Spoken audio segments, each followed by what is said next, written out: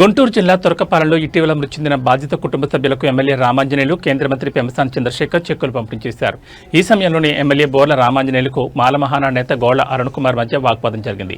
దళిత సంఘాల నాయకుల్ని ఎమ్మెల్యే రామాంజనేయులు అవహేళన చేసి మాట్లాడుతున్నారని అరుణ్ కుమార్ మండిపడ్డారు. గ్రామంలో వరుస మరణాలు జరుగుతుంటే ఇంతవరకు కారణం ఎందుకు కనుక్కోలేదని ప్రశ్నించారు. చందాలు వేసుకుని ఆర్థిక సహాయం చేస్తామన్న ఎమ్మెల్యే రామాంజనేయులకు దళిత సంఘాల గురించి మాట్లాడే హక్కుందా అని ఆగ్రహం వ్యక్తం చేశారు. దీంతో అక్కడ ఉద్రిక్తత నెలకొంది.